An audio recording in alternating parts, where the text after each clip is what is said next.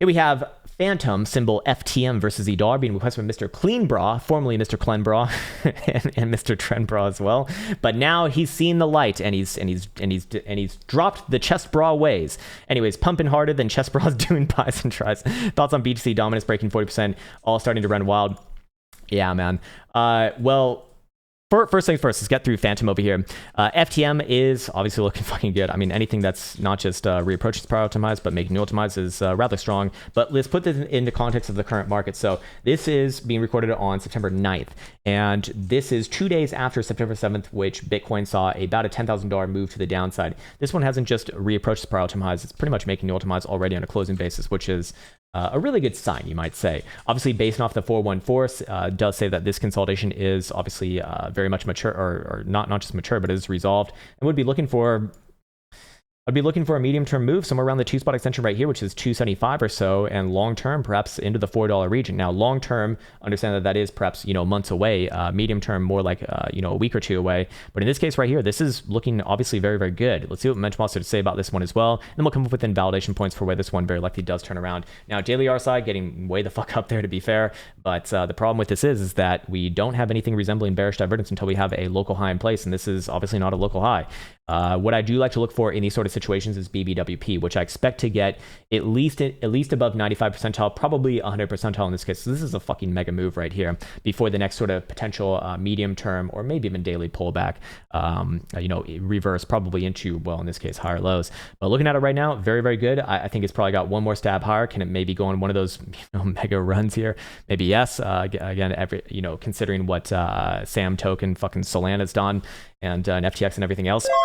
4 hour looks like obvious continuation as well. This one actually is the more easy chart to be reading right now. Hidden bullish divergence come off that last low into new all-time highs. Yes, we will have bearish divergence at some point here, but we need to confirm a local high, which it is not just yet. 4 hour Jewel just got a nice signal a couple closures ago, so I look for that to play out a little bit, all supported by DMI in this case.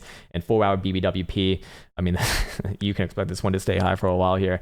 I expect that this one probably does print some new highs before that. Now, of course, this is not relevant without an invalidation point to the other side. And where would I say that this one invalidates itself? Meaning that I'd be looking for a correction to the downside first before any sort of continuation to those more, what I would consider pretty incredible targets, to be honest with you.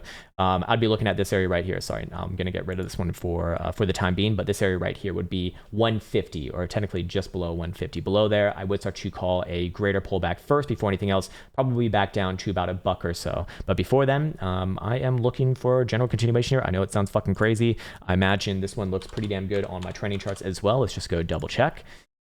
Looks pretty fucking good, man. It looks pretty fucking good. As long as the daily is closing above the top side Toronto band, of which it has been for 1, 2, 3, 4, 5, 6, working on day number 7 right here.